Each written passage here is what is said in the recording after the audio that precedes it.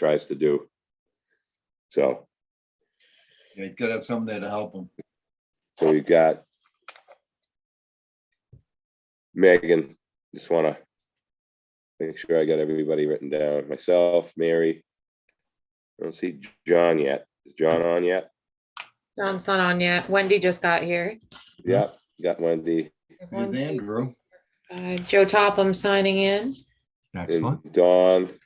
All right. Barrett's here. Wendy, John. Okay.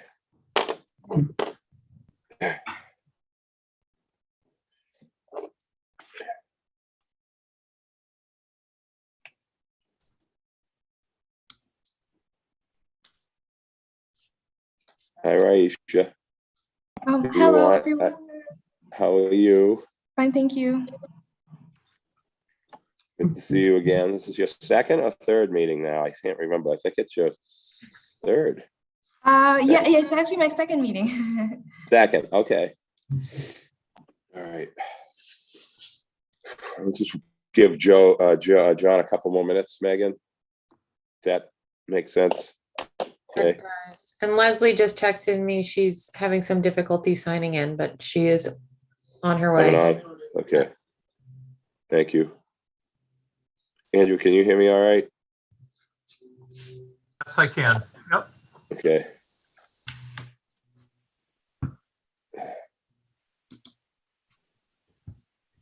I'm just bringing over those from Weston and Sampson that'll be presenting the open space over as panelists. We have a few attendees to present for the Monomoy plan, but I'll bring you guys over once we get there. Yep.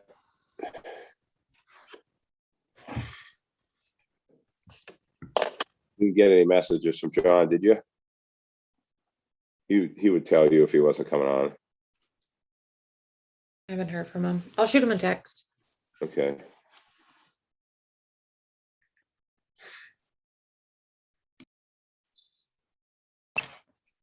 Oh.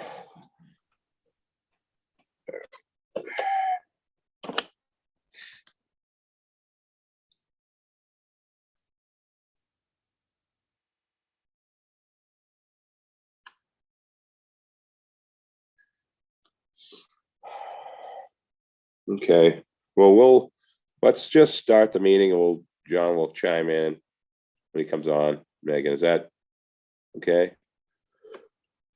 Okay, everyone, thank you all for being here. We'll call the meeting to order. We'll be operating under the remote participation program from the state. And it's getting so old that it's, you just sort of know what's going to happen.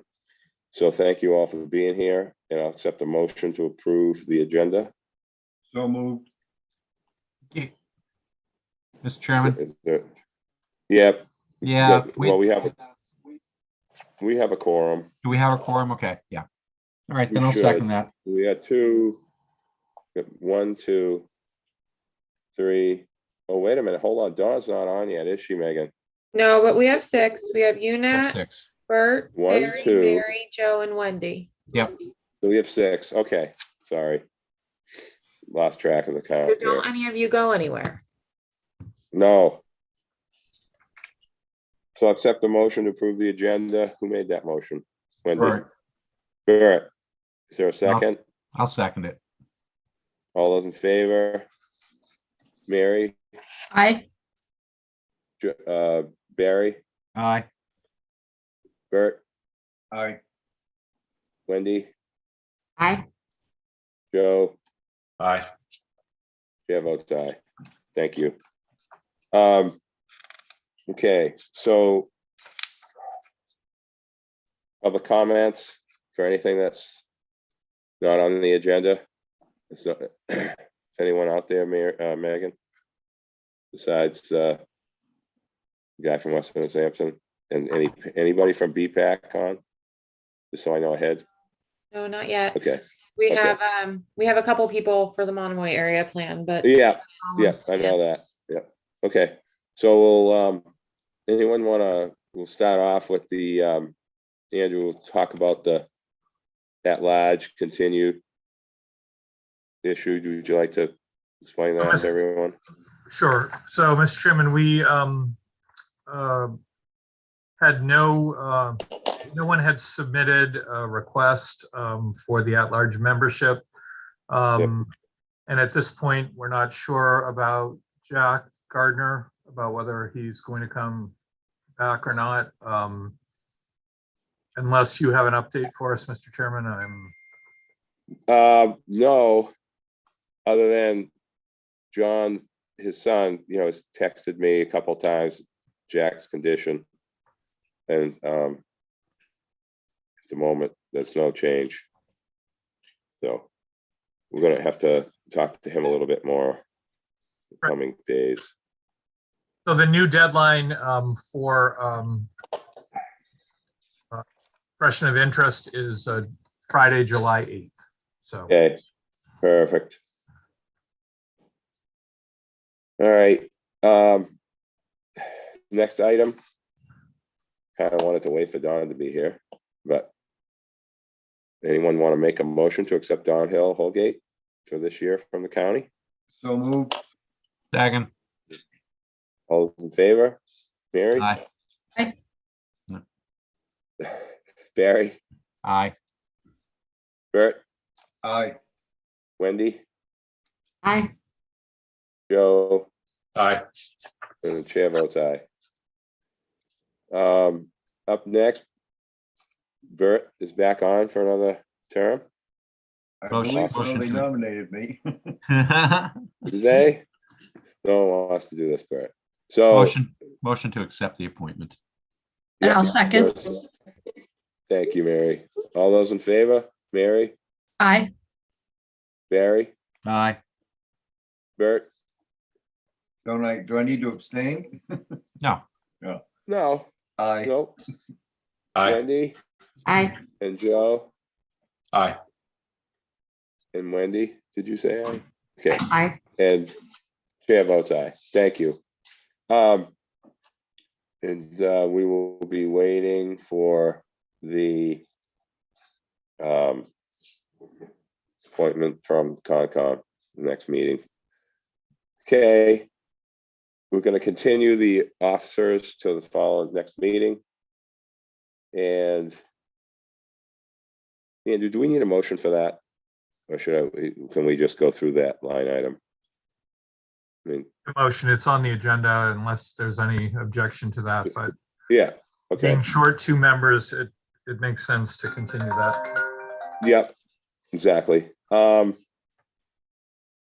the agency, appointments, we're going to continue contract review committee, capital, Affordable Housing Trust, bylaw committee, and the rural advisory policy committee. Correct, Andrew? Yes, for the same reason. Yep. Yep. Okay, so the next item is the open space survey. Weston and Sampson is here to give us a presentation. Welcome. Thank you, Mr. Chairman, and Gene Bollinger is here from Weston and Sampson, and they have been working on the open space plan. They recently worked with us to repost the survey, and he has some updates for us tonight. Great, Andrew, thanks very much. Nice to be with you folks this evening. So my colleague Chidette Cantu is going to share a presentation that we'll run through. We're going to try to run through this fairly briskly. I also wanted to introduce Brandon Kunkel, who's sitting in on the meeting from our side. And this survey closed last week, and there's a lot of data in this survey, and we're still culling through it. But I think there's some very obvious trends that are coming through, and we'd like to be able to share with you what we've learned and what we know so far, with a bit more to come from. So, Jeanette, are you able to share the presentation? Yes. And my intent, but this is your meeting, so it's your pleasure, really. I can move through the presentation fairly swiftly, and we could reserve some time at the end for questions. If someone wants to interrupt or raise their hand, that's your call as well, and we can do that. But I think the presentation will take about 15 to 20 minutes maximum, and I'll probably be talking quickly. But I think at the end, you'll come away with a pretty good flavor of what people are thinking about in terms of the island, the town, the county's park recreation and open space system. So I'm not seeing it, Jeanette. Is that on my end? Or? Share screen. Yeah, I found it. Sorry. Okay, good, because I can't delay any further with my buying time comments. Excellent. Very good. So here we are this evening, and everybody should be able to see that. Everybody see that okay? Yep. Okay, great. So I introduced myself and Jeanette. And Jeanette, if you can go back to, there you go. Perfect. I think that's the right window, as long as everybody can see it. So why don't we go to the next slide? As Andrew mentioned, we've been preparing a new open space and recreation plan. And a couple of the key parts of that document, okay, this has gone away. Sorry, my computer is, I'm showing that, I'm gonna share another monitor. There. I have it. If you're having trouble, I have it on my desktop. Yeah. Can you see now? Not yet.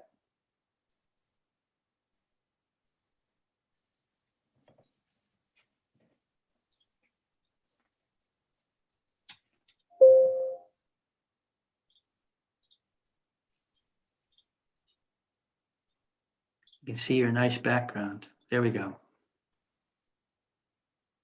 Okay. So let's go to the next slide, if you would.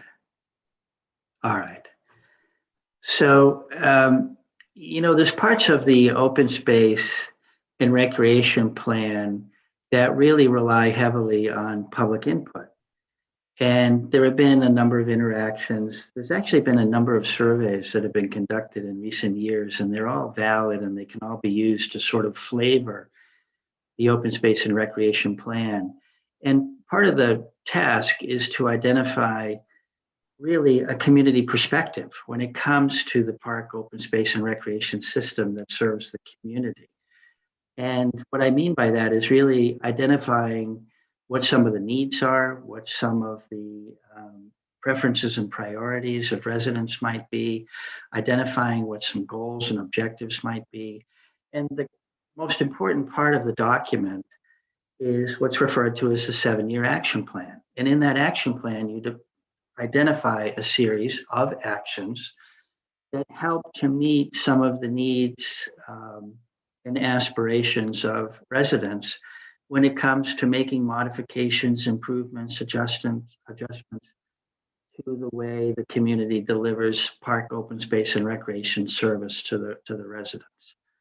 So that's really the key aspect. And I think the survey was very successful in identifying where people sort of sit and what they're thinking in regard to what some of the needs might be. So here's a plan of the island. And this identifies the lands of park, open space, conservation interest. A very significant part of the island contains lands that are already protected. They're under the jurisdiction. Actually, if we go to the next plan, the next sheet, under townwide, it's part of the townwide park and open space system. If you go to the next slide, Jeanette, okay. There are Conservation Commission properties, there are state lands, there are linear parks and trail systems. You have a fairly expansive multi-use bicycle system on the island. There's other parks and open space properties that are not insignificant. Obviously, everyone's familiar with the holdings of the Nantucket Island Land Bank and the Nantucket Conservation Foundation. The foundation all by itself owns thousands of acres of land, actually a little bit over 9,000, which covers one third of the land mass of the island. So these are the properties that we consider when you're going through a park open space and recreation plan development or update. And in fact, all of these properties are inventoried and listed in the document. Next slide, please. So here's an overview of the just completed survey. And it was only out there for about a month, a little bit over a month. It opened on the 18th, it closed on the 21st. We had 364 participants, which seems pretty okay. And according to the 2020 US Census, there's 3,700 households. So that represents somewhere between 8 and 10% of the whole households that responded to the survey, which again seems pretty strong and higher than we would typically find in most communities. Most people heard about the survey via email or social media or traditional media. 63%, a little note to demographics, of the residents have lived on the island for greater than 20 years. 80% of the respondents greater than 10 years. Next slide, Jeanette. 54% live on the island year round. 80% live on the island for greater than 4 months a year who responded. Average number of people living in a household are 3, but you can imagine it ran the gamut. There were plenty of respondents that have a single person in the household. There were plenty of households that had 6, 7, even 8 people living in that household. The vast majority were 2, 3, 4, and 5. All the geographic areas of the island were very well represented. I will say in our preliminary culling through of the hundreds of responses, you saw downtown, which is inferring the center part of the community where you dock clearly. And Tom Nevers, interestingly enough, was also mentioned quite frequently as the area of town that people reside in. But again, every geographic section of the community was identified. Next slide,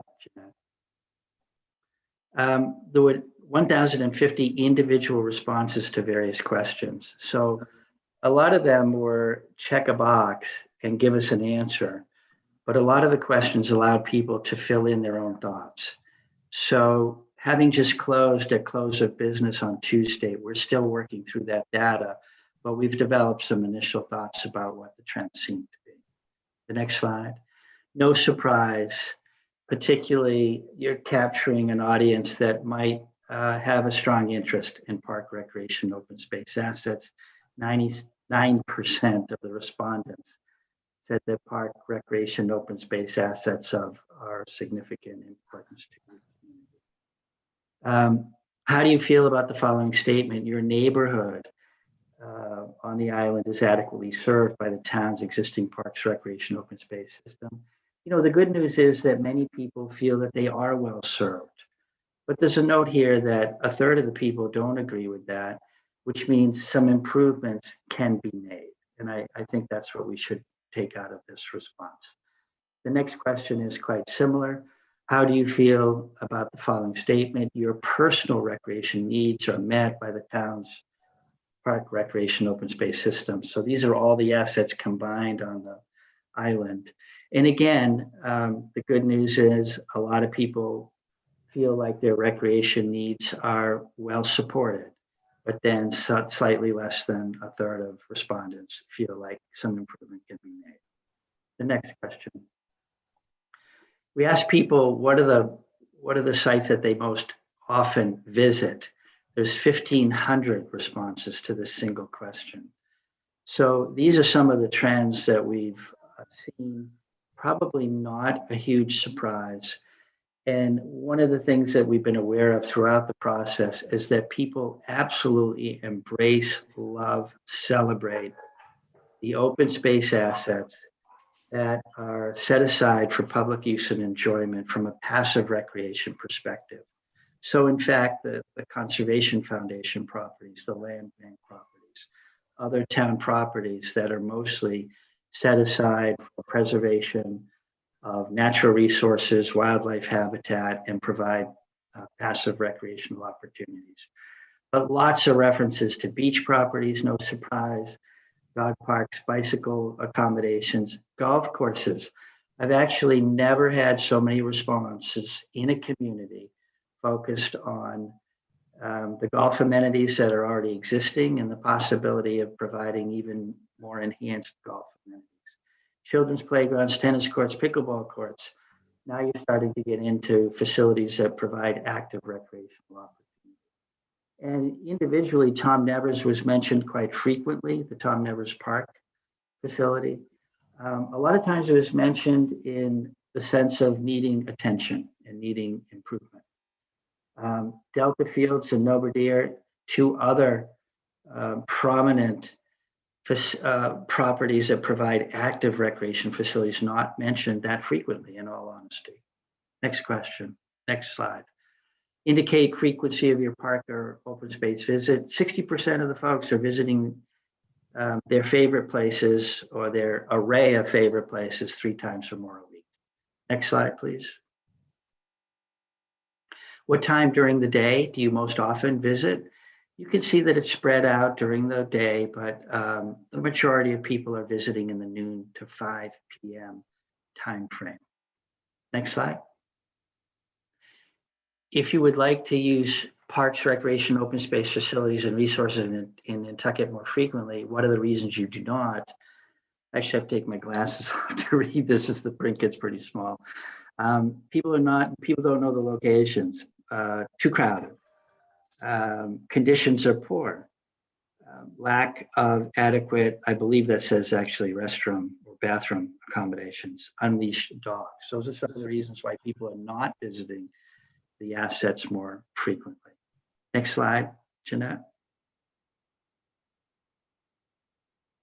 How do you and your family travel to parks and open space properties? Lots of people drive their car, but I think it's heartening to see that lots of people ride a bicycle or walk to a nearby park, recreation, or open space asset. Next slide. Top 5 amenities and/or activities that you pursue at parks. And this is where there's an uptick in people referencing active recreation versus passive recreation. So courts, fields of various types, children's playgrounds, so on and so forth. You see that these numbers are all pretty even. Basketball, biking, bird watching, boating, all the way down through special events, all receiving more than 20% of respondents ranking. And the next slide, I believe, is a continuation of this. And you can see the types of activities that people are embrace. They are many, and often more than 20% of respondents are saying that they're visiting a property for these purposes. And it really runs the gamut of active recreation, appreciation of wildlife habitat, passive recreation, and so forth. The next slide, please. And this is just a continuation, forgive me, of that question. So relaxing, soccer, tennis, walking, jogging, hiking, nature appreciation, all ranking fairly high. Next slide. How effective is town at reaching you with information about park, recreation, open space, facilities, services, and program? Pretty good, 64%. Compare that to the next slide, which asks how effective are the private land stewards? And they score a little bit better. So promoting and making available information about their assets, apparently they're being a little bit more successful. 84% of respondents said that they have a good understanding of these assets through various informational means. What's the best way to receive information? Email, social media, no surprise, newspaper, people do still read the newspaper. Next slide. The 5 things that most need improvement in town park recreation open space system. And by the way, we'll be sharing this presentation so that you can review it at your leisure and absorb a little bit more of the information at a more comfortable pace. Protecting open space, Maintenance and grounds upkeep, something that people feel needs attention. Next slide. Walking, jogging trails. Again, people gravitate to this. They embrace this. You have tremendous resources. Folks would like to see some even further improvement in that regard. The next slide.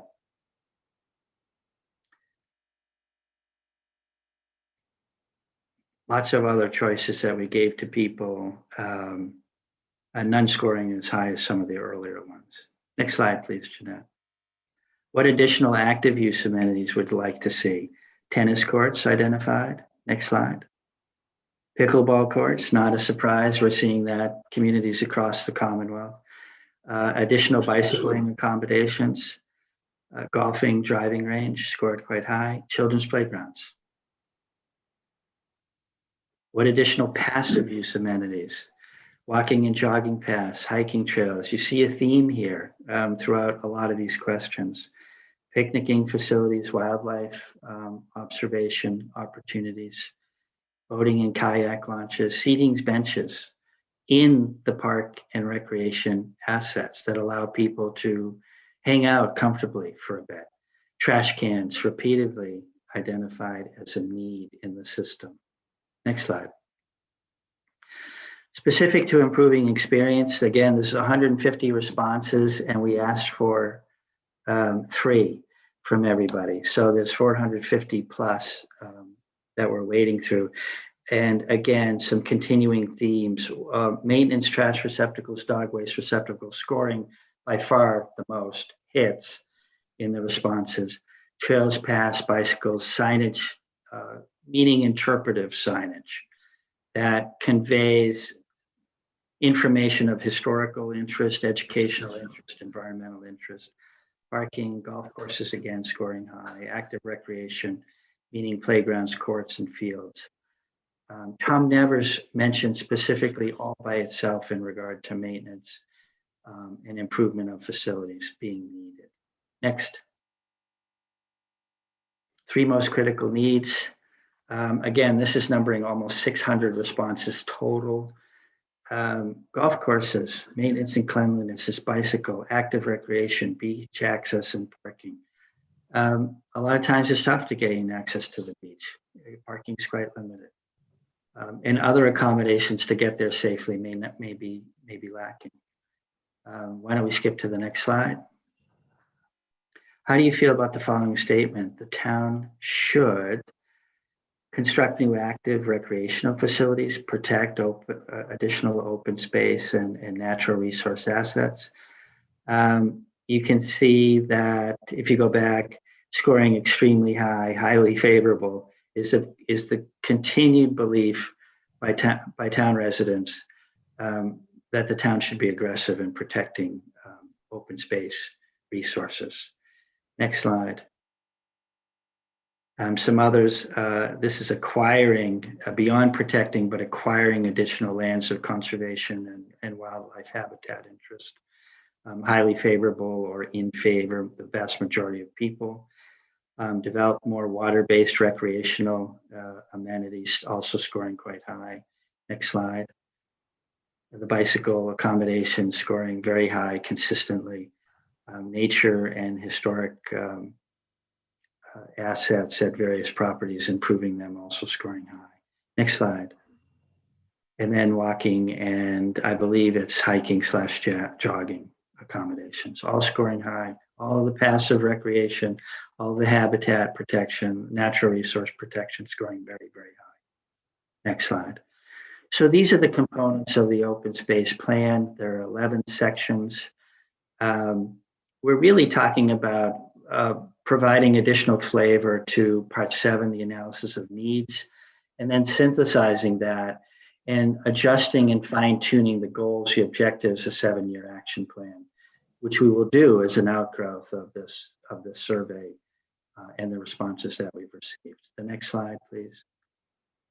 And then these are the 5 broad overarching goals that have been identified. If people are interested in reviewing these and the associated goals, objectives, and action items, that would be terrific. We've shared that information, and I believe that's been shared with you. And we're happy to make some adjustments to this before the draft is finalized. The next slide, please. And that's where I stop talking and hand the baton back over to the chairman. Gene, that was really well done. There's a couple of things in there that really make a lot of sense as far as, I like how you, at the last thing that it says integrate existing, I didn't write it down what it said, but that was pretty good to look for it. That's important to have, like the bike paths. Everything is sort of part of something else. The trail system connects to the land bank conservation. That's been going on for a long time. You know what I mean? Yep. So does anyone have any comments for Gene before I got a couple of questions for him? Got her hand up. Yeah. I can't see because we're not on the No, gallery. it was, I guess, I think maybe it was me, Wendy, that raised my hand. It was not really a comment for Jean, so I was going to, back off that, but I just thought it would be a really good idea to collaborate with the NHA, because I loved that, that people are looking for signage of a historical nature. Oops. I certainly can imagine them being lost, so that's, the first thing, but collaborating with NHA would be really a kind of a neat thing. We have a board meeting coming up next week. I might, There we go. suggest I'd be able to talk a bit about that. Can you Okay. say a little bit more about next steps? I realize you're still crunching the data, but what happens when you're finished crunching the data? Well, we've shared, Mary, thanks, good question. We've shared, some initial drafts of the various sections with Andrew and his team. We've gotten some initial feedback. We're making some refinements. And I think what we'd like to do is spend a little bit more time analyzing the data that we've just received and making sure that there's a strong connection between these survey results, some other survey results that have been done in recent years, in regard to this exact same subject, and the identification and formulation of the community needs, because it's really the community needs that then lead into the goals, objectives, and the action items that the town would adopt and work towards achieving improvement over the next 7-year period. Now, it looks like, Andrew, do you want to chime in as well? Sure, I can just, comment that and I was going to clarify this with you as well. So the open space plan is a requirement for the state. It does, by getting this completed, it opens the door to potential funding for us through various state programs. I know that the select board, I believe, it has to vote to approve the final plan. Is that right? Yes. Oh, I know we wanted to update you all since we are funding this this plan and overseeing it somewhat in relationship to the master plan, because we want to incorporate. We've always incorporated our open space plan into the master plan. And what's important about our consultant here is they've been doing a park and rec master plan and are integrated into some of the other projects that are ongoing. So timing wise, I think we talked about, we wanted to get this to them, at least to the select board for a final vote by September. Is that right? Yeah, I think, Andrew, we probably identified last September, but Oh. the stars haven't aligned for a host of reasons. Yeah, I think that's a very worthy goal and something we should strive for, I believe, and we're cool with that from our side of the equation. Right. If I can go ahead with a follow-up question. How do we put this in context? So for instance, as Andrew mentioned, this is to feed into the development of the master plan. But I think if you ask people in isolation, do you want more affordable housing? They say yes. Do you want more open space? They say yes. Do you want more of anything? They say yes. But how do we get our finger on the pulse of which one they want first? So this survey was sort of isolated to one topic. Yeah, that's right. And that's quite typical for an open space and recreation plan. You're really following the state guidelines for establishing a plan. I think it probably ties back to what Andrew was discussing about a larger townwide master plan, which looks at all sorts of issues like housing and transportation and park and open space and so on and so forth. So I think that at the very least, there would be aspects of this that flavor that grand townwide master plan. Does that sound about right, Andrew?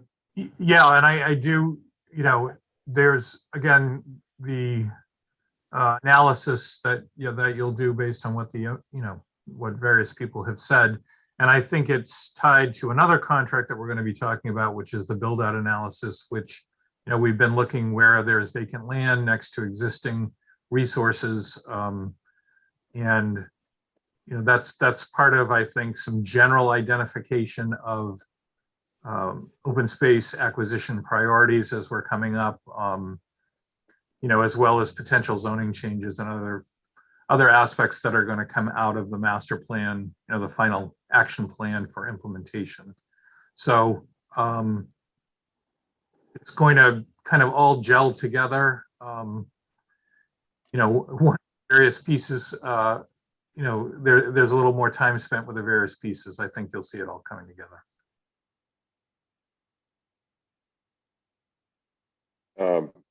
Does anyone else have anything? Because Andrew just stole one of my questions or comments with the tying it into the build out analysis and what Mary said, how they all fit. That's a big, huge thing because, Gene, not everybody knows how much actual land is unbuildable or untaxed. It's about 65%. Mm-hmm. And that discussion needs to happen between this plan, the build out analysis, and some of the other pieces of what Andrew mentioned and Mary mentioned. It's really important. It's almost like a handbook of Nantucket. That's all happened since theoretically 1963. It's very important for people to know this. So when they get angry that there's too many cars and we're backed up on Old South Road, but you got to look at Nantucket holistically. We wouldn't want high density zoning in the middle of nowhere. It's better the way it's set up now is the right thing, for us. It's just hard to feel that way in the summertime. So it's good information for every taxpayer, year round and seasonal, in my opinion. And I think this is really good. So does anyone else have any questions for Gene and Jeanette? Barry, nothing? Okay. Mary, you all set? Okay. Posting the slides and there'll be more information for you all to review, further comment on. So, and when can I just ask too, you said the vote for the select board is coming. This is not like final, like this is sort of kind of evolve continuously. I would say it says 7 years, but I mean, it's going to have to be some sort of way to add things. And are you working on that the build out analysis, Gene? Aren't you guys working on that, or is that a different firm? it's a different group. It's a different team in our firm. That's right. Okay, but the information is flowing, and that's the key with one group. I mean, one entity. So that's important. Good. Okay. Well, I have Gene on, not to put you on the spot, Gene, but the other project this group, at least Gene's been overseeing, is the Tom Nevers bike path, and I know Bert's beautiful. interested in that, and Well, you guys got to get that done before I die now. Where'd that I comment? know, that's true, Barry. well, remember that we had a little bit of a slowdown with the changeover in our DPW director, and other factors have impacted that, but we have Patrick on board now, and we've been discussing I do have some neighbors out in your area, Bert, that are anxious to give bike path easements. So we hope to start collecting those maybe by the summer. And finishing up, as you remember, we did an individual survey to all the abutters. A third of the people said they were ready to give an easement right now. A third said they wanted to meet with us. And then another third we hadn't heard from, but there were some address problems, I think, too, that we had to correct. Beautiful. Or more information on that will be forthcoming, but anyway, just so you all know, Gene's group and Brandon are going to be working on that project. So. Okay, excellent. It's nice. I mean, just one note. I mean, it's nice in the sense it's forward thinking. Clearly, it's not the first time that the community has considered bicycle facilities in the form of multi-use paths and so on and so forth. But it's very much in sync with the flavor of many of the comments on the survey that we've been discussing tonight.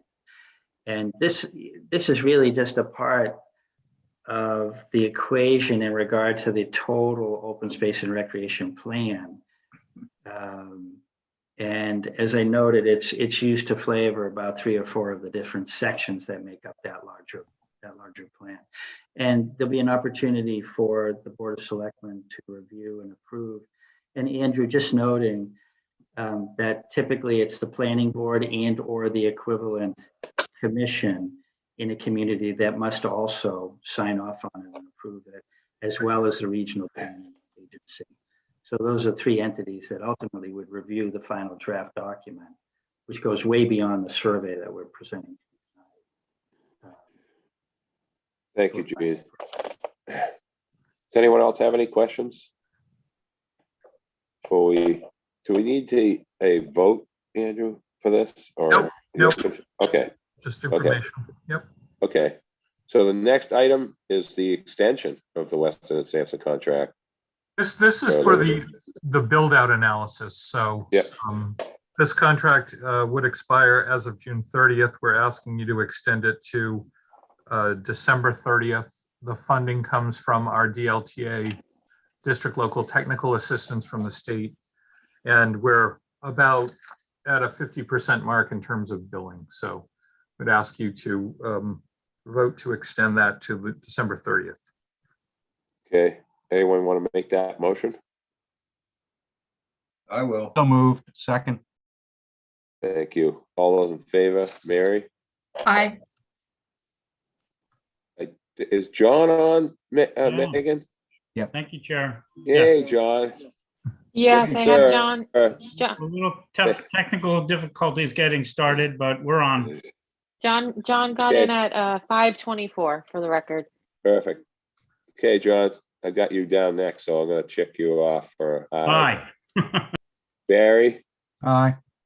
Bert, Aye. Wendy, Aye. Joe. Aye. Chair votes aye. Thank you so much, Gene. The next thing, Andrew. Mr. Chairman, I'm thinking yes, we can sign off now. Is that right, Mr. Chairman? Yeah, yes. If Andrew says so, yes, sir. Yes, thank you. Thank you all. Thank you so much for having us in. Have a good evening, everyone. Thank you, Jeanette. Bye-bye. Okay. Next up is the Monomoy area plan, Andrew. Yes, and I see Matthew's here, and he reviewed with me some of the initial review of their survey that they conducted, and so he is here to give us a quick update of where they are in their process. Great. Thank you, Andrew. Yeah, I'm Matthew Westfall. I'm a resident of the island. I'm a resident of Monomoy as well, and a co-chair of the Monomoy area plan exercise with Francine Neely. I think also on joining this there's John Kitchener on here somewhere and Leo Mullen. And what I'd like to do today is show 2 things. One, share a progress report and sort of walk through it, because I think the process is really the most important part of this. And then I'd also like to show a little excerpt of really how it's come together and really where we're going with this. So what I'd like to, I can share my screen, I believe, if I can. Tell me if that comes up. Yes. Okay, very good. So this is all text, but I'll just walk through very simply the issues. I won't read it out loud, all right? So essentially, you know, we were asked and invited in to put together through the Monomoy Civic Association an area plan as a contribution to the town master plan. You guys all know this, so I won't waste time on that. But it's a critical exercise, of course, because it's setting essentially the 20-year vision for this island. And a lot has gone on in the last couple, you know, last 10 years, 20 years since the last update, I think in 2009. And, you know, we looked at this as, you know, the master plan is a critical document, as a long-term roadmap, and really will define where this island goes, and Monomoy is a part of that. The neighborhood level area plans, though, so we reviewed them all. A lot of them are quite dated. In fact, they go back 14 years, 16 years, 19 years. So we didn't have much to go on, but we sort of spent a lot of time doing detailed, intensive research and digging and trying to really come up with a process that made sense. So first and foremost, it was really under the MCA. So the leadership of the Monomoy Civic Association with Evan Jones, Francine Neely, and board members put this together and launched this exercise. We were all approved as a working, I'm sorry, the Monomoy Boundary Plan was approved in November 8th, 2021. And then the work group was approved, I think, somewhere shortly thereafter. Our focus has been to be as participatory and as inclusive as possible. And what that means is really getting the voices of the Monomoy community on record, really delving into some of the issues that are the elements of a local area plan, and really getting that feedback that can resonate and help us set a vision for the community. We worked very hard on putting together a detailed survey. We used SurveyMonkey, an online exercise, and I'll talk about some of the outputs with that. And we also broke into 6 subgroups with chairs for each of those in each of the elements. So that's land use, open space and recreation, circulation, services and facilities, and so forth. We also added a chapter on climate adaptation and resilience because of the Coastal Resilience Plan and all the other work. We thought that was a very important chapter. And it looks like, I could be wrong, the state of Massachusetts is going to change the structure of town master plans and have that as a core element as well. We coordinated with SHMO and Nantucket Land Bank. These are stakeholders in the community as well.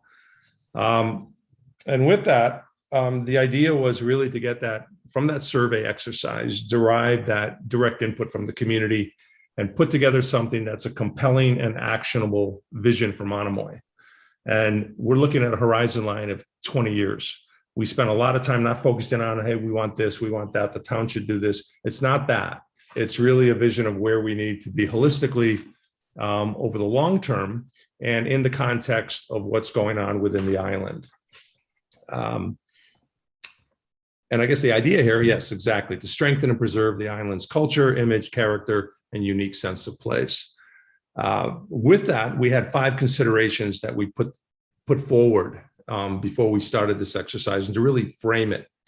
And the first was, this is an advisory document, right? So we can be, everything can be on the table. The advice can, you know, sort of almost like a take it or leave it. We really just wanted to get something out there and really see where this common vision takes us. Second, it was really everything we do should reflect the aspirations of the residents of Monomoy. And that overall vision really allows us to create a plan that informs community discussions going forward on key issues. So we have the survey data, we have it anchored on the survey data, we know how people feel, and we can move forward on that and delve into those issues as needed. It also needs to be actionable. So what we mean is by that is it's not an action plan. It's not this with a timeline. It's actionable, which means when resources and time permits, when all the stars align and Jupiter is with Mars, then maybe we move on that initiative. That could be 2 years from now, 5 years from now, 10 years from now. So it really wasn't a sort of a hardscape sort of action plan to get something built, but more to think about really where this community needs to go. It also needs to be implementable in the sense that it needs to really provide value, add value to the Nantucket Master Plan, and give us something that can remain true to a community vision, a plan that can produce the best results for Monomoy. And lastly, a living document. So it's not carved in stone. It's something that might be updated next year, might be updated 2 years from now. We have the community, which is interesting, sort of spillover effect, brought everyone together, and a lot of dialogue, a lot of discourse, a lot of elevated discussion about some of these issues. So there's also an educational and advocacy sort of aspect to this whole exercise. And with this, here's the timeline. And so it was a very intensive, it's actually not 6 months, 7-month period. And it's really hats off to all the volunteers who did this, passionately putting their time and energy into an exercise. And so we kicked off in January 2022 with formulation of the work group. We assigned the chairs in the same month. And then we set up a schedule where the working group would meet on a monthly basis, and the subgroups based on per element would meet as needed, but essentially on a bi-weekly basis. Then there was the design of the neighborhood survey. And again, SurveyMonkey, getting all those questions together, refining the whole approach, looking at some best practices, and trying to create a survey that would glean as much useful information out of the community as we could. We administered that survey from over a 2-month period, March and April. We had 143 total responses, 64 out of the 116 households that comprise the Monomoy community within at least that Monomoy area plan, and a 55% response rate in terms of households. So an extremely high response rate, which suggests, at least to me, that there's a very strong sense of engagement and interest in seeing this plan come together as it should. We then spent time putting the survey responses together. Again, hats off to Caroline Mullen and her team, tabulating and charting that data. I and others have met then with various town departments. So we met with the Coastal Resilience Plan coordinator, with Andrew. Other discussions happened, sidelines and data collection and so forth. We also reached out to external stakeholders. So we went back to the SHMO Association and to Land Bank and Conservation Foundation and others to really run bits of the document by them and get their buy-in and consensus. And then over the last month and a half, we've been spending time with a graphic layout and really getting this put together as a compelling document. And the point of that is, you can write whatever you want, but if nobody reads it or we give you a telephone directory and it just gets filed away, that's not helpful. What we're trying to do is create a document that really sort of encourages discourse, elevates that discussion of local area planning, maybe serves as a model for other civic associations. There's a lot to unpack in that, but we're really trying to do something a little bit different. So where we are right now, as the update, we have the final revisions ongoing. We are presenting our draft final map report at the Monomoy Civic Association annual general meeting on Saturday morning on 9 July. And we will have a vote on that. And we're going to actually have an online vote. It's going to be up on the members section of the MCA website for voting over the next 2 weeks, and really try to get some feedback on that. Then wherever there are comments, we will finalize those a week thereafter. And if I understand the schedule correctly, we would then try to submit to the commission as soon as we can, in time. If it works as Andrew has suggested, 15 August 2022 for your meeting, a 30-day public comment period that follows, and then I believe a vote by your good selves on its acceptance. So that's the report. And now just to share the next thing, And I think this will maybe give you a sense of what all this energy was about. Let's see if that works. And tell me if that is up. And I might need to go to slideshow and play from start. This is very simple. This is just an excerpt. So everyone can see that. So our Monomoy area plan, we happen to be blessed with some very competent photographers, some highly professional in our community. So we had a lot of contributions. And the two sections I want to show right now is community engagement and our vision. And this will just give you a sense without getting into the content issues, which is a whole nother discussion. And we would look forward to doing that in the future.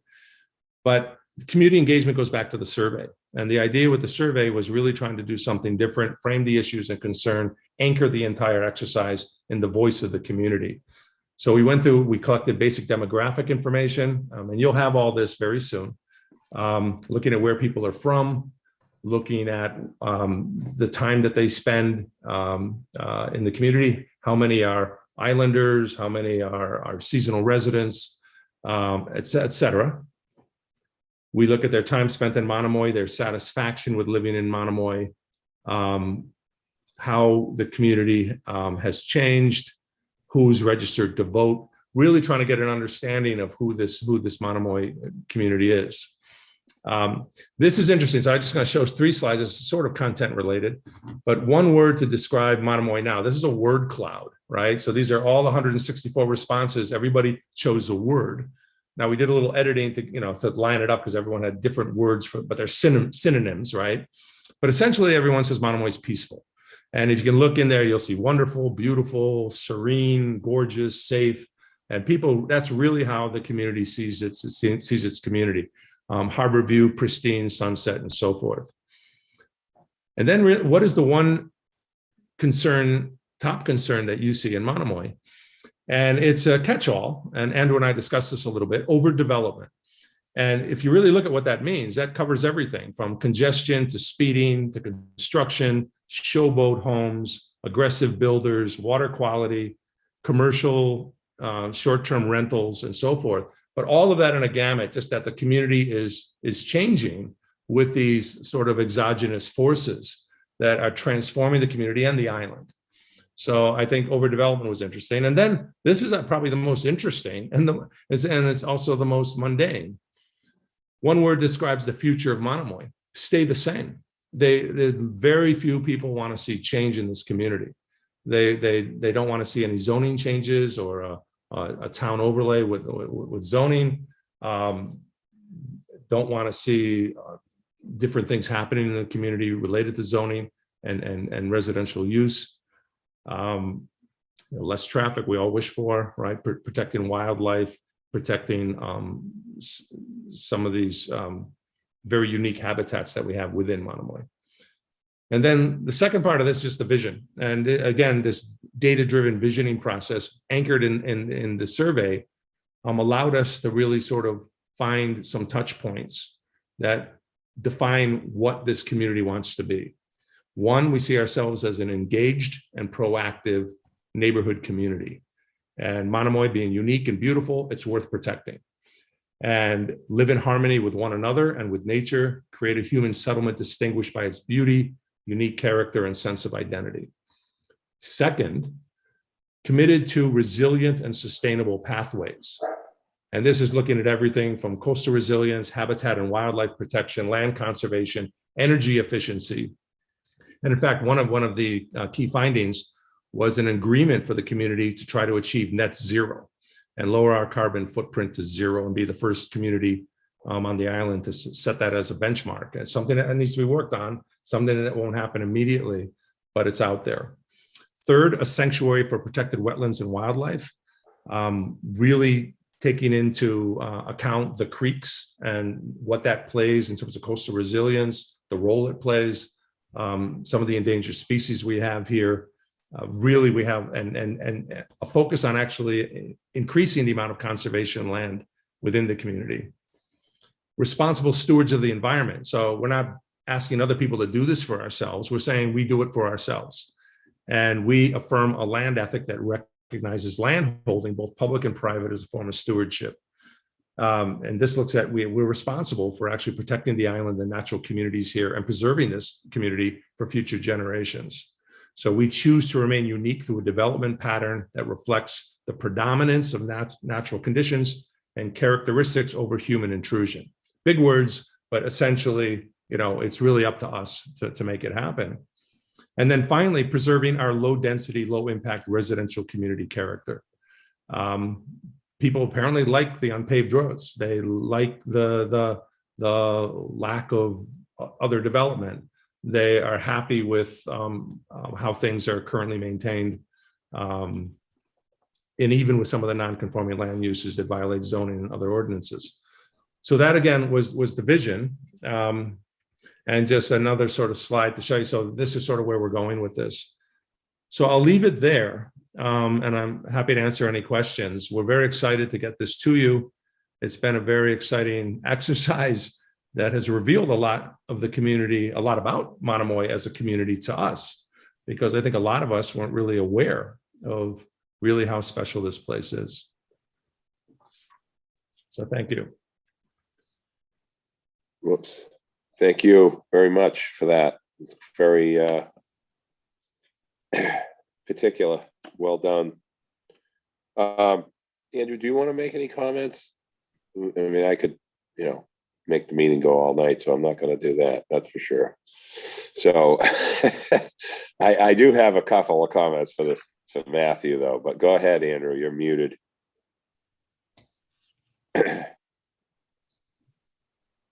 I do want to just, thank the group for their hard work. I mean, this, our area plan process is something that has come out of our, the vote to establish the Planning and Economic Development Commission to work on these plans for the various villages located around the island.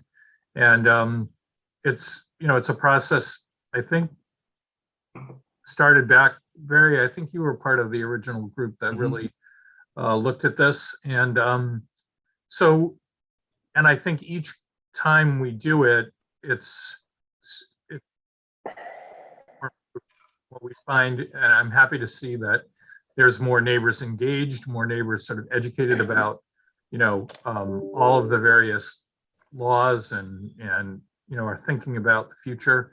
So I'm very happy with this, with the progress made to date. And I see, a pretty clear timeline for us to move this forward towards eventual adoption. So yeah. I want to thank them for their commitment and their scheduling and really their excellent effort here. So. Yep. Anyone have any questions or comments or additions they want to add to this gentleman's presentation? I just want to say, normally we don't hear from a neighborhood or a village or HOA until there's a problem. So I love it that they're trying to get ahead of it and then control their own village. I think this is fantastic. I hope more people can do this, because generally when you are looking to do a renovation or a new design, then it comes out. So if they can, set some guidelines and parameters for the village, I think that's great. So I applaud Matthew and his group. I'll just make one very quick comment because I participated with Matthew in the working group in a variety of ways. The unintended consequence here, ladies and gentlemen, was the incredible cohesion that came together out of this community. Many members who did not know each other, didn't know each other well, but being in the context where they were meeting and talking and working on a common goal has really, really produced some very wonderful, very beneficial improvements to the community. So I'm very, very happy to see that, as well as this work product that Matthew has led us toward. So thank you for the opportunity to be with you today. Thank you, Leo. I see you there.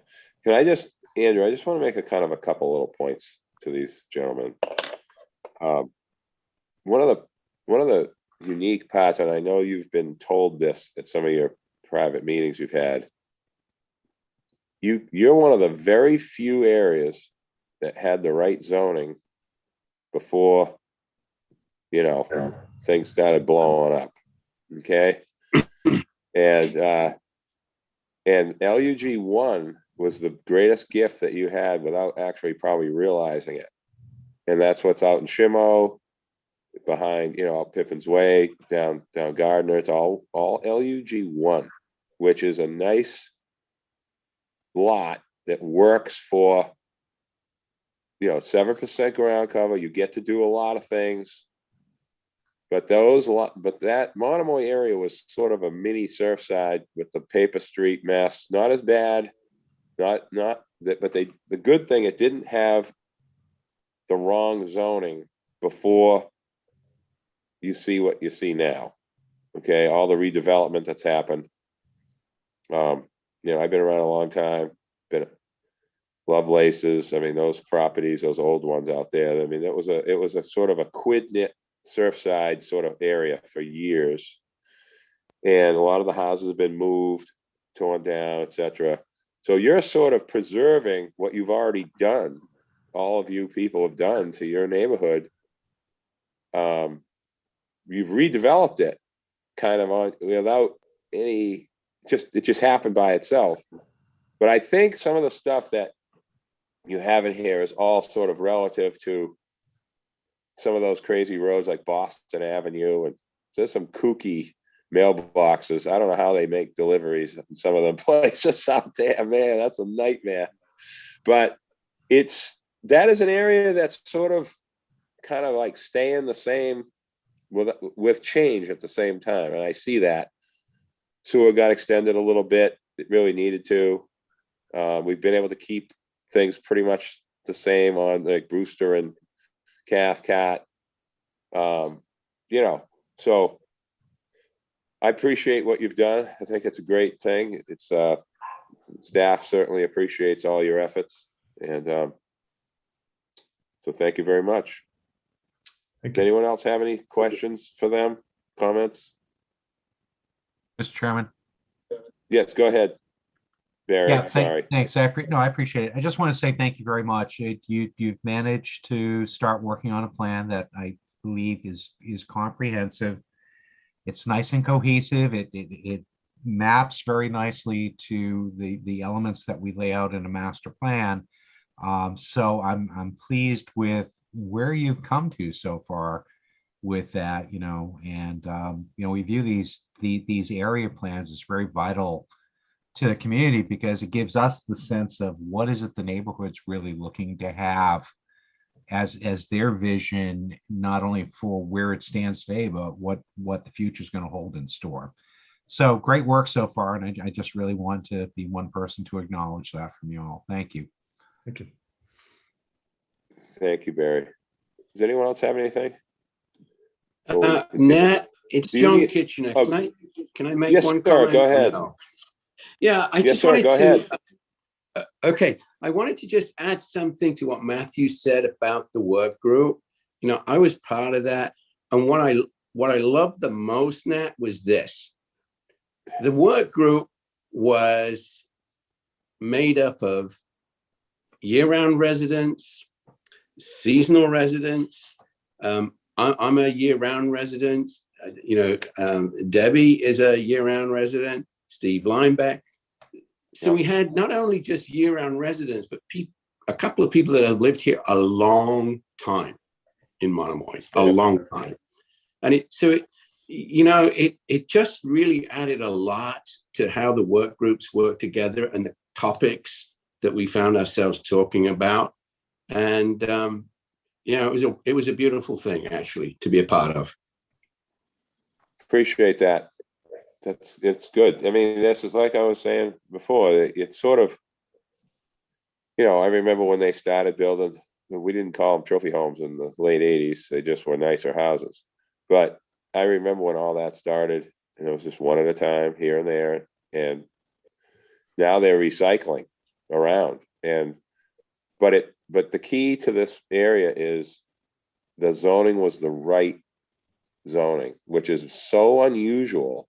We never had to touch anything except out by the street, out by Pulpus Road. We haven't really had to do anything back there. And it was a good district for, just enough size, but not too much.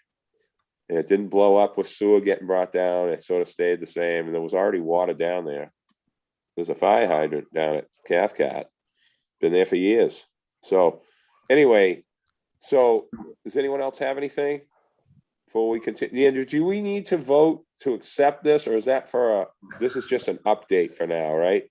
It's an update, and so just to let you know what's coming. Okay. So, I mean, it's kind of going to be a working summer. We've got a lot of projects that, will need your review coming up. So we'll look forward to getting the draft from this group after their July meeting.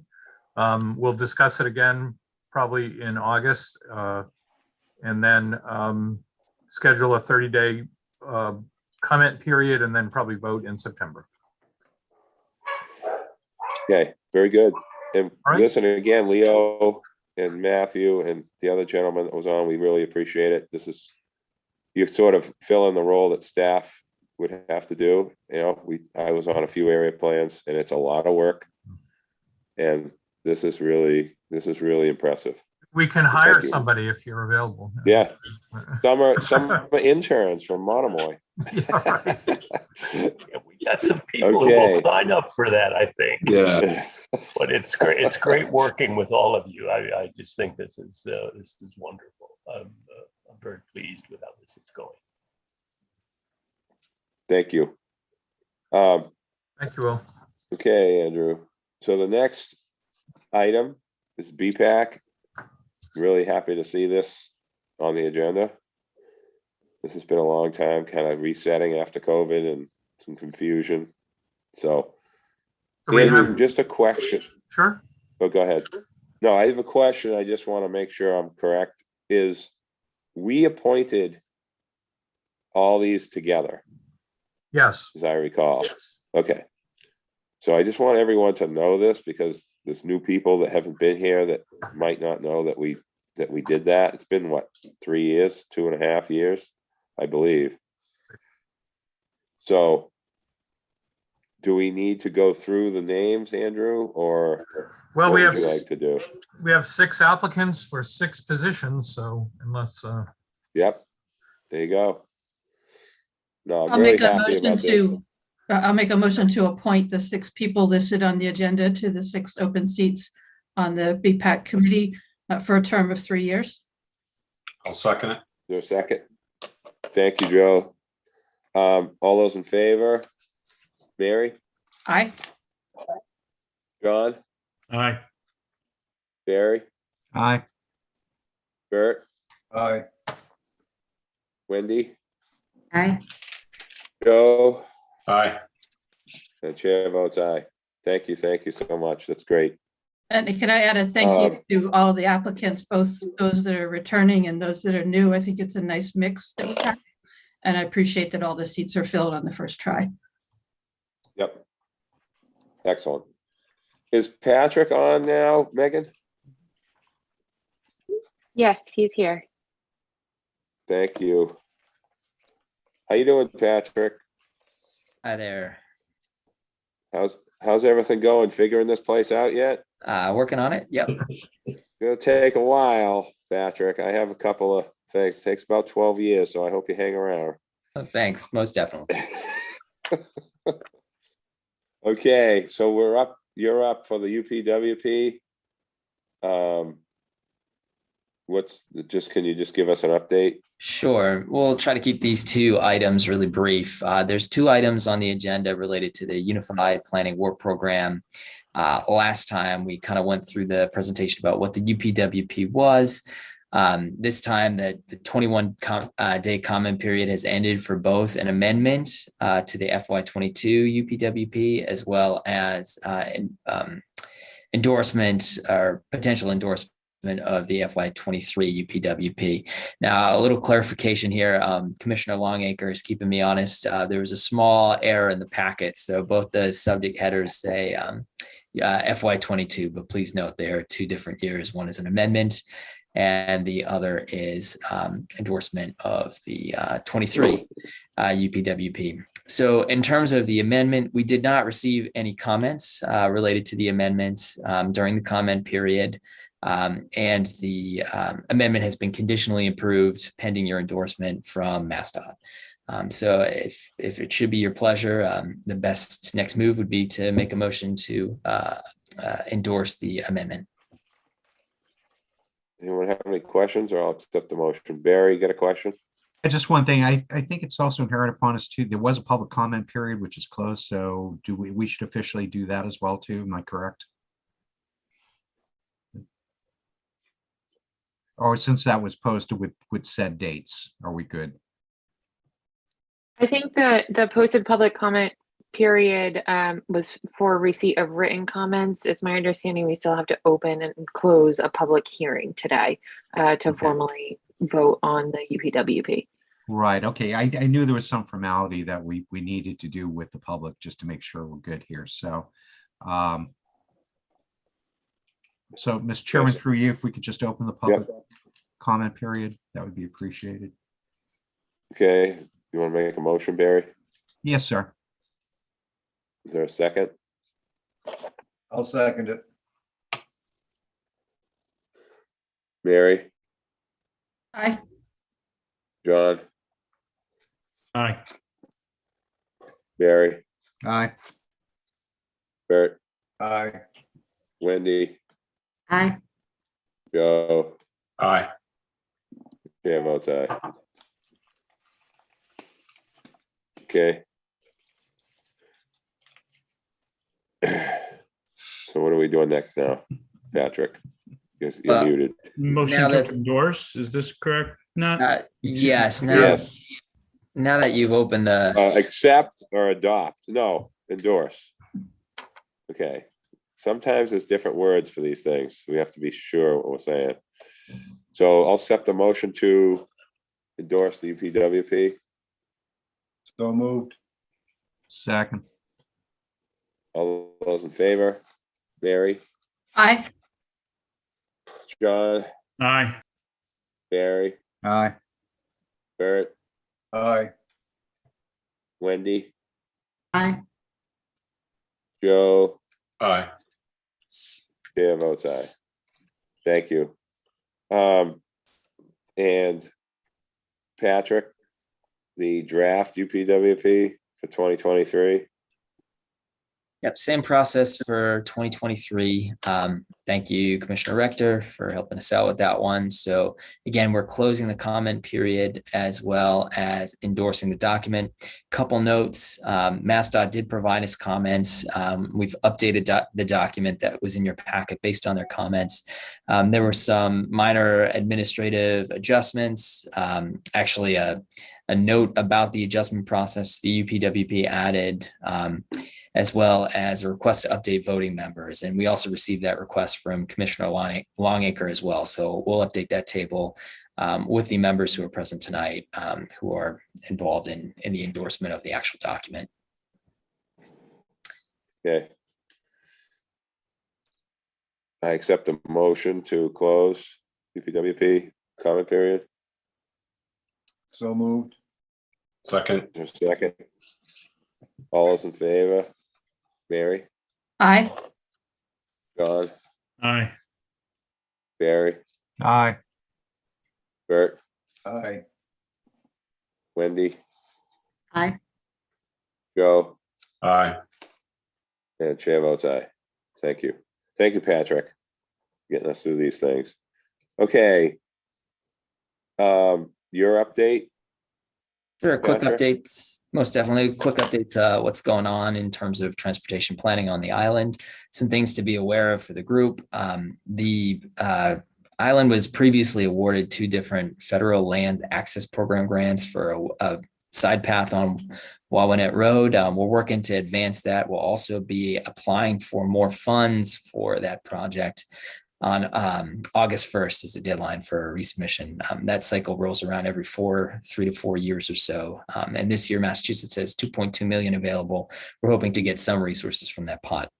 Another potential grant that we're looking to apply for is called the Safe Streets and Roads for All Users Grants. This is coming out of the bipartisan infrastructure legislation.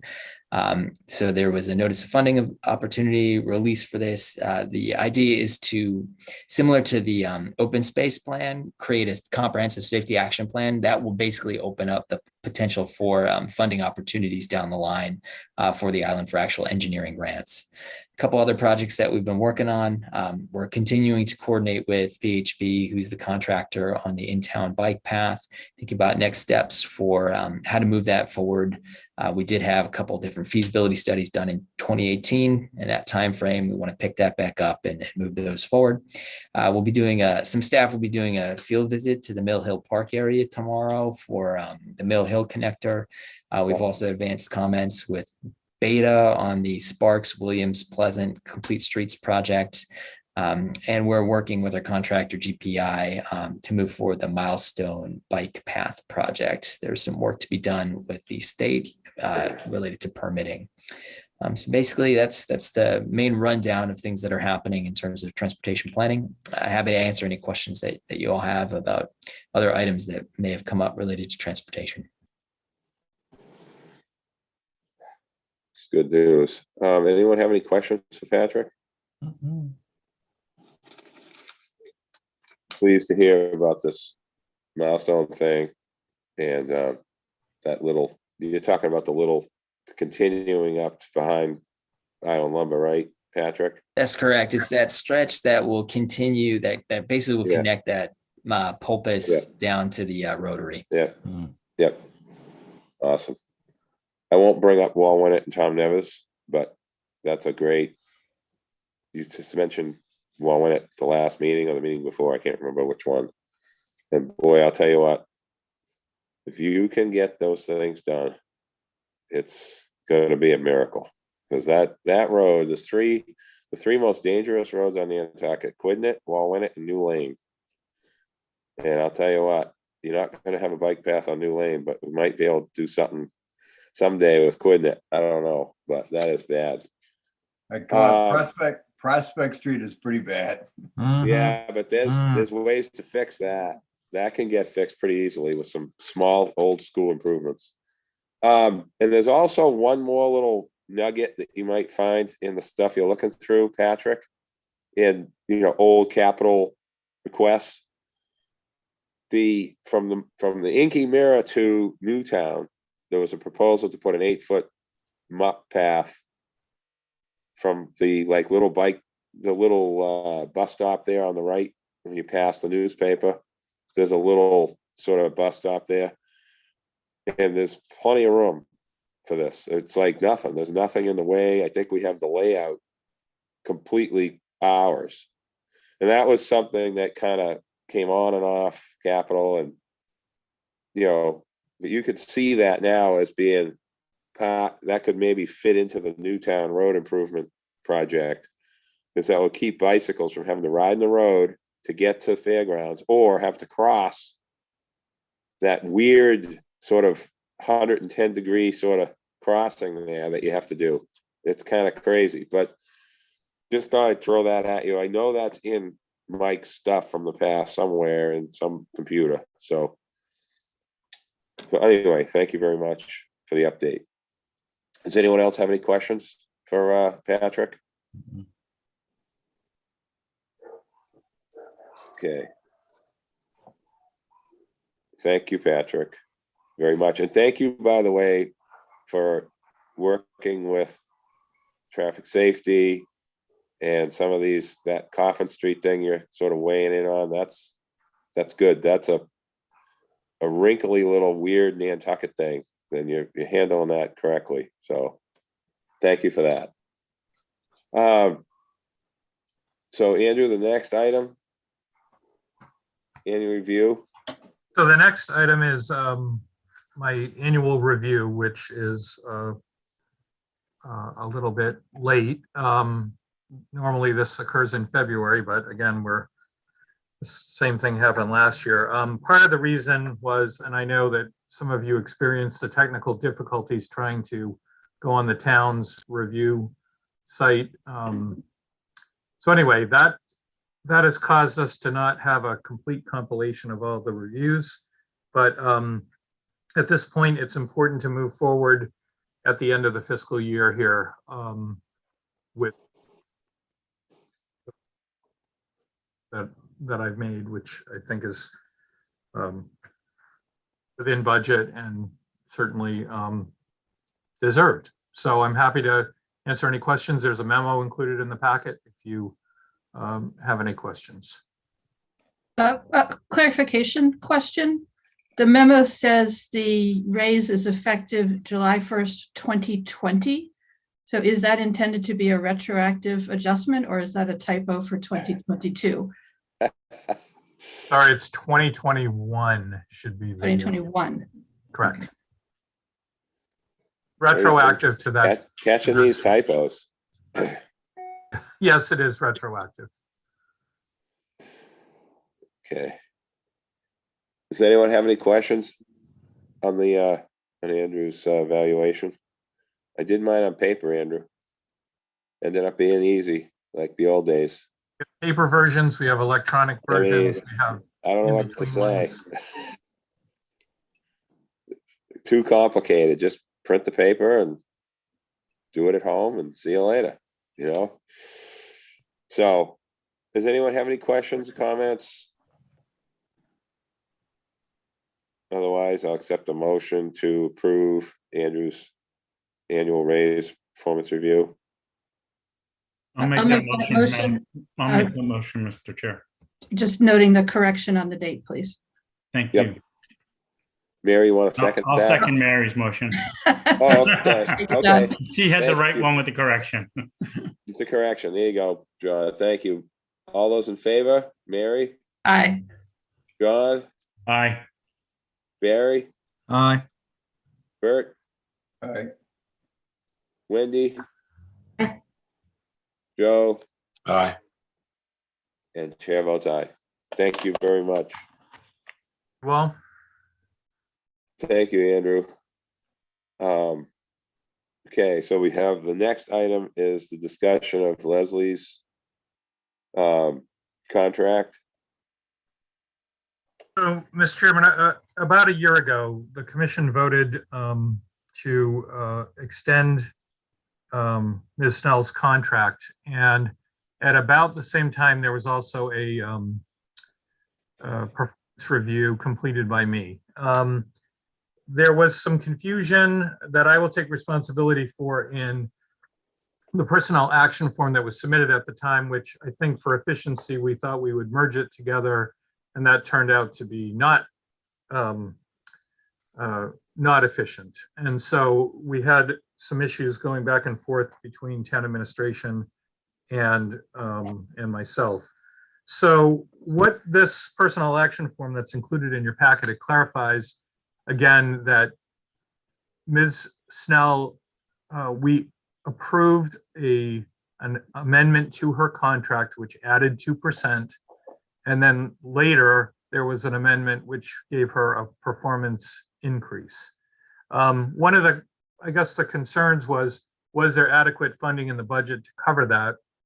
And I think, as you know, over the course of this past year, there's been vacancies and Ms. Snell has actually had to do double duty with zoning board of appeals and all kinds of other things. So we want this straightened out. And so we want to make it clear that the commission, endorses this personnel action form as it did last year and to authorize it to be resubmitted for, and again, our enabling legislation is clear about this, that the commission, basically the term that is used is it hires experts and it is entitled to spend from the town budget through, within the appropriation made by the town. And this certainly qualifies for that. And just for Do you the need a record, motion? Andrew, okay, I was gonna ask. So, go ahead, Bert. Do we need You a want to motion? make that now, motion, Andrew? Bert? Yes, please. Okay, I'll make the motion to resubmit or whatever Andrew would just ask for. Yep. Yep, that's right. Second. Second, okay. Who seconded that? Was that Barry? That was Barry. All those in favor? Mary? Aye. John? Aye. Barry? Aye. Bert? Aye. Wendy? Aye. Joe? Aye. Chair votes aye. Thank you. Thank you, everyone. Thank you. Thank you. Okay, Andrew, the draft fertilizer regulations. So This would be a good sort of Cliff Note version of all what's going on, if that's possible. thank you, Mr. Chairman. And what I did want to do is update you all that there are some draft fertilizer regulations that had been created through the Board of Health. Remember, the fertilizer regulations are created by the Board of Health. And what brought a lot of confusion, I guess, to the table was whether the NP and EDC had a role in this or not. One thing that didn't make it into the packet, and Megan, you may have to screen share on this. I did get confirmation from John Giorgio, and I did send that earlier to both you, Nat, and to you, Mary, which clarified that basically, you know, despite, I guess, some of the positions that were raised, I think at another commission, the NP and EDC no longer has anything to do with fertilizer. That its role basically expired in 2014. And as you know, you may know from the recent vote at town meeting, and we'll send this all to you. The vote at town meeting did not adopt the FinCom recommendation, which would have essentially refiled the petition. This was Article 79 at the annual town meeting. Instead, they went for a more, I guess, you know, outright ban of the of fertilizer, and so that home rule petition will be submitted as it is. So there was some confusion. There was actually two different opinions that had been generated through town council, and so we had asked them for clarification, and this this email from John Giorgio does clarify it. So at this point, there's going to be further consultation with UMass. And I think Mary, you had mentioned that in the past, but that consultation is going to be through Roberto Santa Maria, the health department director, since really the fertilizer regulations now are within his purview. Wait, there's nothing further for us to do regarding fertilizer until we hear, you know, if the Board of Health wants additional assistance, or if somebody wants to revisit the, you know, suggested vote that was put forward under Article 79. Hey, Andrew, that's a great explanation. Not an easy one to explain. Mary, you got your hand up? Thank you. Yeah, Andrew, if potentially if you can help get this feedback back to the people responsible for the draft. The term planting beds is used on page 7 to say planting beds may be fertilized starting April 15th, but planting beds is not defined in the beginning under definitions. And so I think that needs to be clarified. The other thing that I noticed is that horticultural use is defined as a commercial use, but I think that the casual person reading this might miss that important part of the definition and would think that horticultural means any sort of flowers and fruits and berries and so on in a home setting. And perhaps that needs to be stressed a little bit more as well. I will try and remember to follow up with the health department, but if you can help me by passing that feedback along, that would be appreciated.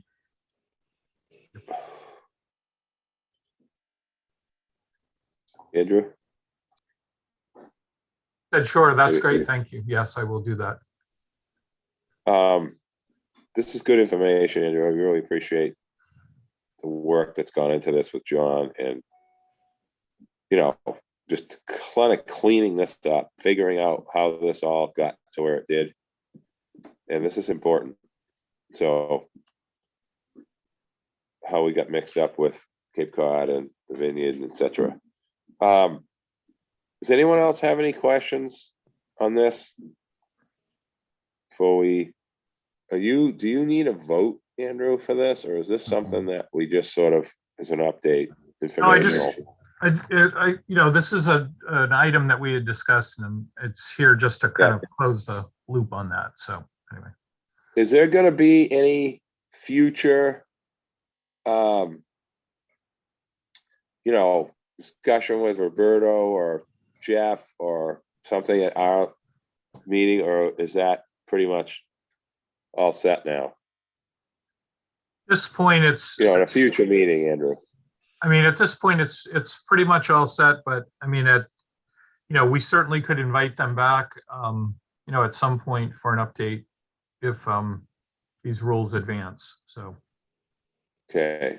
And will we be getting reports on the Article 79 in the state? Well, I mean, I think the report we'll find is that it's not been adopted. So, I mean, right. It's going to be a passive report in that there's been no action on the home rule petition, which is not, home rule petitions that are sent up over and over again. We have that happening with our housing, the housing surcharge and some of the other ones. They just don't get acted upon. So. Okay. Let's see. So we don't need, this is just an update. Does anyone else have any questions before we move on to the DLTA funding? Hearing nothing from anyone. Megan, you all set? Okay. So we'll move on to the DLTA update, Andrew. Bennett? So again, this is just an update, and just to let you know, our legislative group is supportive of these amendments. DLTA is funding that comes directly to the regional planning agency. It's been in the neighborhood of $50,000, and we've put that to use, for planning for 6FG, planning for the build out analysis and other activity. So it's really just an update to let you know what's happening with that funding. Again, I don't think any action is necessary since our legislative group is already sort of in support. So. Okay. Awesome. Is there anyone else have any questions? Because that DLTA, Andrew, is really an interesting mechanism because we've always been able to use it for certain things, and kind of not everyone understands it, but glad we have these updates. Okay, the next item, Andrew, is this rescue plan money and where that's going to help. Right. So we've talked before about economic development, and one of the, this was a grant application that I know Leslie worked with the sponsor of this, and we were just pleased to be updated that they had received some grant money. We partnered with SEED, which is Southeastern Economic Development, to have workshops. I don't know if any of you remember this. We had them at the Bartlett Hayloft, and for some small businesses, it was a great little bless you get together, and provided a lot of helpful information. So anyway, we had supported this grant application, and it was great, again, just to learn that had been awarded. So it's here for an update, just to let you know that that's been. Okay. Is there anything else? Is that gonna help? Is that gonna be part of some of Patrick's funding, Andrew, for for things, or is that? Oh, it's separate. Is it gonna be? I think that, we'll probably be finding out more what role, if any, we have to work with them on advancing that. Okay. Whether again, our sponsorship in the past was for workshops, and that was done in concert with the Chamber of Commerce and other groups. So again, it was something that we did jointly. Okay. All right. Does anyone have any questions? Otherwise, we'll move on to other committee reports. Mr. Chairman, one thing I included in your packet was the information about sponsoring the Housing Supply and Affordability Act and YIMBY Act. I don't know if any of you had reviewed that at all. About some of the changes in the Biden administration about housing, about reducing barriers, and I included it because I didn't know if you were all supporting that, encouraging our federal legislators to get behind some of that legislation. But I don't know if you've spent enough time with it. Has Affordable Housing Trust looked at this? Has Housing Nantucket looked at it? Housing Authority? Not sure. Andrew? I don't know if Bert knows, but in general, I would tell you that many of these things are consistent with initiatives that we've been supporting here.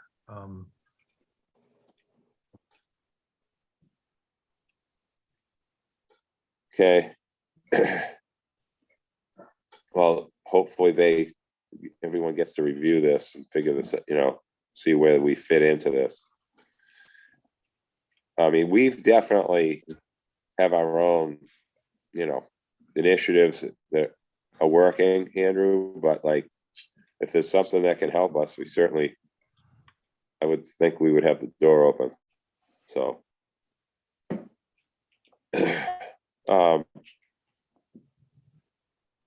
what else do we have, Andrew? That's it for me. If there are other committee reports or other business. Wendy, do you have anything for your real world stuff? I was just reviewing, we had a meeting for the Rural Policy Advisory Commission on June 10th, and I was just looking back to refresh my memory exactly. There was a presentation from a woman from the Smithsonian about the Museum on Main Street roving exhibit, which it's not coming to the Cape and Islands. It's I think Salem or something. I can't remember exactly where it is. We had a report about rural schools, which is more of an issue for the western part of the state with declining populations. That's a common issue there. What else?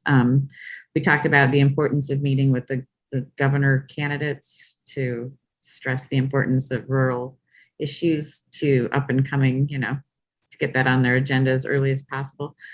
And I think the last thing that if there's input from Nantucket that I wasn't really prepared to ask for was, ARPA funding round 2 is on people's minds,